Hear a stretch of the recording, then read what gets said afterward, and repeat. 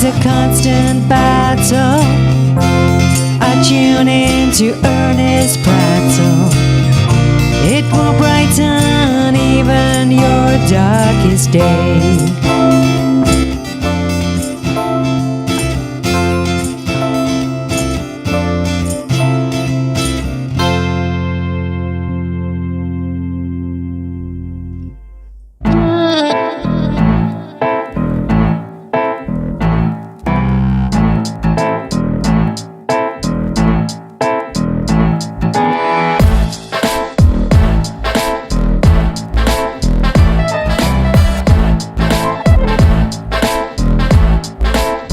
What's up, Prattle fans? Can you believe it's been 3 whole years?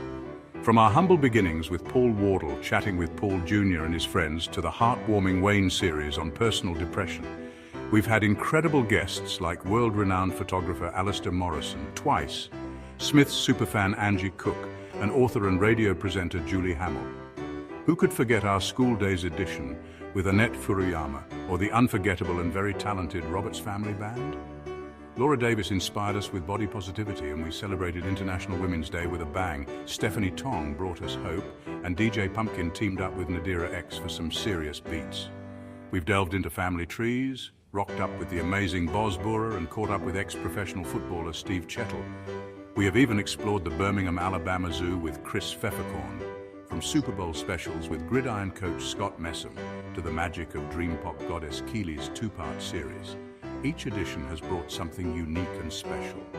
Today, we're honored to have the fabulous author Angie Moon for our 30th anniversary edition. So if you haven't already, hit that subscribe button, give us a like, and drop a comment below. And now for the feature presentation. Enjoy. Hello, viewers, and welcome to a very special 30th anniversary edition of Earnest Prattle. And to coincide with the number 30, although she only looked 21, I've got the fantastic Angie Moon, who's actually 30 in a couple of weeks, Angie, you say? Yeah, on August 1st. August the 1st. So Angie's 30. So that's the book she's written, The Crime of the Century. There we go, a little bit of her advertisement for the book. We'll actually get that in, Angie. But don't worry, we'll be having a conversation about it just in a moment. But first off, as I generally do for my vlog guests, is can you tell me a little bit about yourself, Angie, and your background, if that's okay? All right, so I am a classic rock and I guess now true crime writer, and I'm originally from Chicago, and I've moved around a lot. So I've lived in Chicago, I've lived in Texas, I've lived in Florida, I've lived in Canada, I've lived in Ireland, and now I'm here in England. So I've moved around quite a bit, and I have a blog called The Diversity of Classic Rock, which I started almost a decade ago, back in 2015. It's called The Diversity of Classic Rock, and you can find it at crazyonclassicrock.com. And then I'm the author of the book Crime of the Century, which just came out a couple months ago, back in March. So, I mean, personally, I also bumped into you, I believe it was the back end of last year, Angie, at a gig in London. Is that right? Is it? Yes. So I went to see The Roots, and then Keely was opening, and I know I'm a big fan of The Roots, and then I know you're a fan of Keely, and you've had her on your show. And yeah, that's how we ended up meeting, was at the Dublin Castle in Camden. That's right, the Dublin Castle. Well, I remember, yeah, so I met you there, and I mean, it's same as Keely, to be fair. I think you're a bit of a style icon, you know. Oh, thank you. I mean, as Keely's got her own style, you've got your own style, and the way that you dress, and I've seen some of your pictures on Facebook. Do you base yourself on any particular subject at all, or? It's a variety of things, really. So my biggest style influences are like 60s dandies and classic rockers, as well as like kind of pin-up sort of icons as well. So it's kind of a mix between them.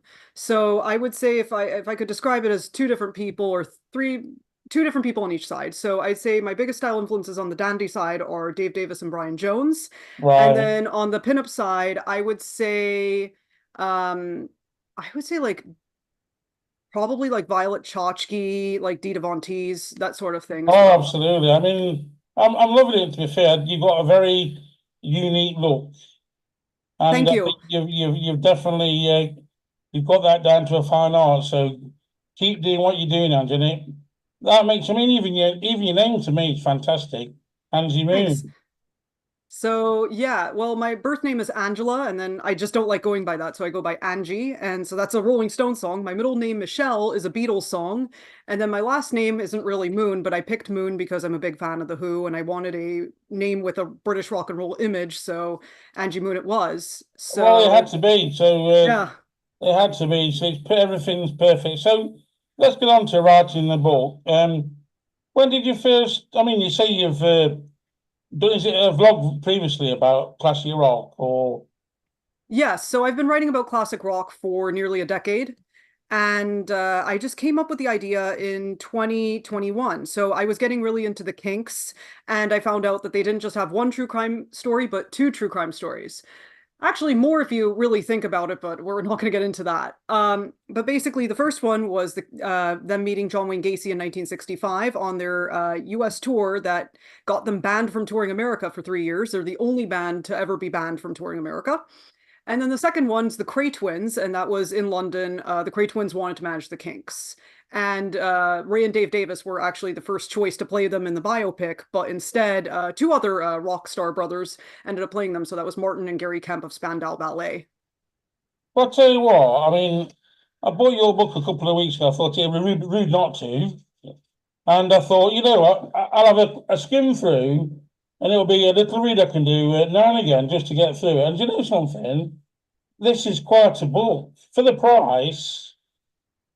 This is going to take a bit of reading, and there was a lot more in it than I was expecting. And this is an amazing body of work. Thanks. And you say you've managed to do this in 12 months. No, no, no, no. That was more like 2 to 3 years. And I was doing this while battling a chronic illness. So I had adenomyosis and I had to have a hysterectomy a couple years ago. So I was writing this while battling chronic pain. So most of this was really just written in bed. And I really had nothing else to do because I didn't have a job because of my chronic illness. Right. So basically, I mean, obviously, some of that time you've described was during the COVID times as well. Yes, so I was just going crazy with nothing to do. I wasn't able to travel because I was awaiting a decision on getting Irish citizenship. I ended up getting Irish citizenship in the end, so that was last year, and then I moved here to England to be with my husband. I mean, a lot of the similarities between me and you, Angie. It's just I started doing my vlog during the COVID years because it was a case of locked in the house. I was very poorly at the time. Didn't know how to connect with the outside world. So via the Zoom link, I could find I could speak to anybody anywhere, and that brought about this vlog. And this vlog has basically led me to speak to some amazing people from all over the world, including yourself. So out of the negativity of the COVID, a lot of people have finally said, you know, they may have been wanting to do a particular project for years and years and years, and they've never had the time or the impetus to do it. This is proving that a lot of good stuff has come out of that time as well. So I've had a look at some of the names in here, and I'm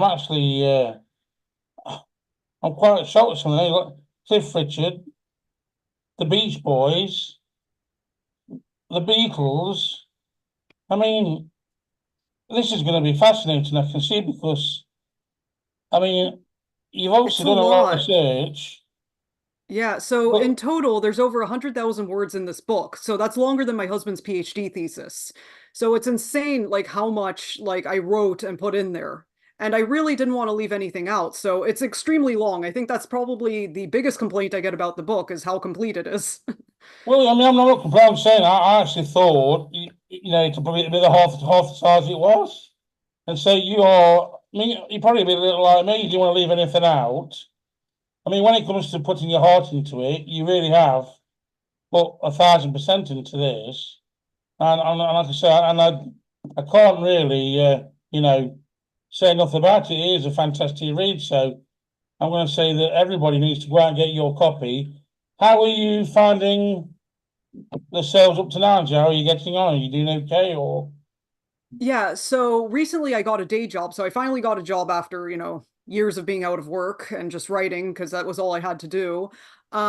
But yeah, I've been focusing more on work than I have on selling my book, but I'm still doing a bunch of events and it's great just, connecting with readers at these in-person events and I'm doing a bunch of them this summer and autumn. So it's going to be fun.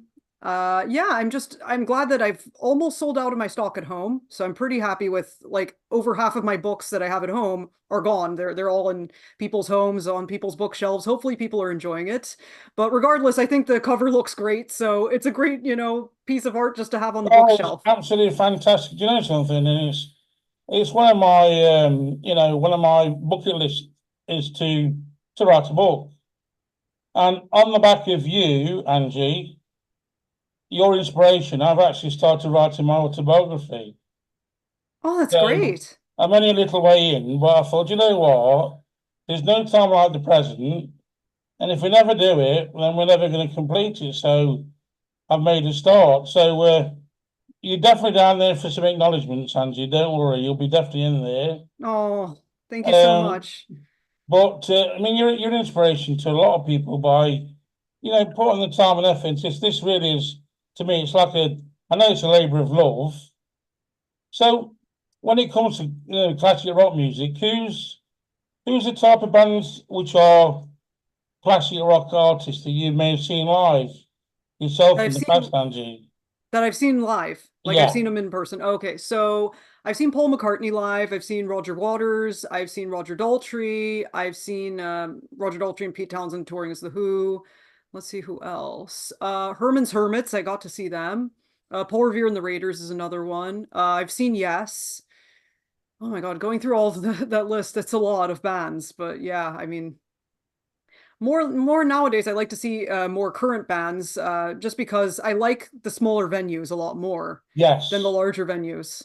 Oh, I've also seen Heart. That's another one. Anna Nancy Wilson. I love them. I mean, they're the reason I named my blog Crazy on Classic Rock because Crazy on You, Crazy on Classic Rock. fantastic. And so now you've got this one in the this one's in the can, Crime of the Century. Are you going to try and continue writing in the future, Angie? Yes, so my intent is to write a sequel to this, and I have it all laid out, just the ideas and everything, and then just have to do the research and the writing. But in the first section, I want to write about musicians who were killed. And then in the second section, I want to write about songs about true crime. So I want to talk about the crimes that are talked about in these songs. I also plan to have a section right before all of that called The Ones That Almost Got Away. And basically, it's stories that I ended up finding out after the fact. After writing this book, I found out about a bunch of other things that didn't fit in there. And yeah, it's just going to go in the second one. So I can imagine it's going to be as long as this one, possibly longer. Who knows? So, Angie, I take it you've got this sort of weird type of, I wouldn't call it an obsession, but an interest in murders and crime. But I'd say, is that the case, or is it just a a passing So, thing? Or, believe it or not, I've been into true crime longer than I've been into classic rock. So, starting when right, I was 8 or 9 years old, my dad and I would watch true crime documentaries every weekend. And I just okay. had this, fascination with true crime because of my dad. And he's one of the people that the book's dedicated to because without him introducing me to true crime, I don't know if I would have written this book. I just think it's fascinating because I love, learning about the psychology behind people. Why do people do just such evil things? And then I think just the legal system is fascinating. But I think the true crime stories that interest me the most are the ones with a celebrity element. So like celebrity trials and, celebrities who get into trouble and, celebrities who run into these criminals. I think that's really what is interesting because there is that, rise and fall arc that's so common in media. And I think it's just interesting seeing it happening in real life. And I think real life fascinates me more than fiction. But when you think about it, some of the characters you're talking about, it's like when you think about the Craze. Although the Craze were obviously, well, gang member, well, they were gang lords, really. They had a following, and a lot of famous people loved the Craze. And it was almost as if because they were, like I say, old-fashioned criminals who look after their mum and seem to be doing the right thing, they could do like get away with murder, quite literally. But it's almost as if they weren't so much, murderers as their existence brought them like stardom. So they were more like superstars than murderers, I if you know think what I that was mean. that's what led to their downfall. I mean, when they went Yes, to the United States, there were Italian mafia guys warning them, don't do your own dirty work. no. And like one of the typical things when you're a mobster is you don't have a face. You don't, go out there and everybody knows you because then they'll catch you easily. That's just cardinal mistake number one. And I guess they just had the hubris to think that, oh, I'm better than that. They'll never get me. And that's such a common thing I see people thinking all the time, especially a lot of young people. A lot of people just like to take risks. Yeah. So have you got anything coming up in the next few weeks in relation to the book? Is there any more events or? Yes, so I'm doing a book signing at Kenilworth Books. So it's a neighboring town to where I live. I live in Coventry. So I'll be at Kenilworth Books signing copies of Crime of the Century and meeting and talking to readers. It's going to be really fun. To keep a track of that, and I can also put something into the credits to highlight whatever they might be coming up. And also, is it Amazon Prime Day next week? Yeah, so Prime Day's next week, but I'm running an anti-Prime Day sale on my website. So the ebooks are going to be pay what you can. So if you just donate any amount of money to me, I'll give you a copy of the ebook. So yeah, essentially it is just pay what you can. I just need to raise money for a new laptop. So and then I have a birthday trip coming up. So I'm just trying to raise money for it. So yeah, any support would be very much appreciated. And I do want more people to read Crime of the Century because it's just fascinating how many connections there are So between true crime and rock where and can we roll. find that link then, Angie? All the information is on my website, crazyonclassicrock.com. And I think just getting to that, I think it's important to note that the reason I also wrote this is because of a late friend of mine from the radio station in Ireland. So when I was doing Oh my no, please master's tell me degree, about that if you don't mind. yeah, so while I was doing my master's degree, I was doing radio. So I had a radio show called Crazy on Classic Rock. That was my classic rock radio show. And then I had a friend in the class named Killian, and he hosted a talk show on the student radio station. He invited me to go on the talk show, and then out of nowhere, he decided to just play a folk song, just out of the blue, just while we're relaxing and taking a break. And then we go back on the air, and he said, "What did you think of the song?" And I was like, "Oh, that's a pretty good song. I like it." And then he said, "It's by Charles Manson." And I was just shocked. I knew about Charles Manson, but I didn't know about the music side of him. So then I looked into it, that whole connection with the Beach Boys, and then I just noticed so many similarities between Brian Wilson and Ray Davis, and I was like, whoa. So I ended up writing a blog post, recently about that. And yeah, I guess from there, I just wanted to find out how many more classic rockers had these connections to true crime, and I kept finding more and more. But It's Charles it's Manson, I mean, incredible. I must have missed that. Is that mentioned in the book then about Charles Manson's done a song then, has he, basically?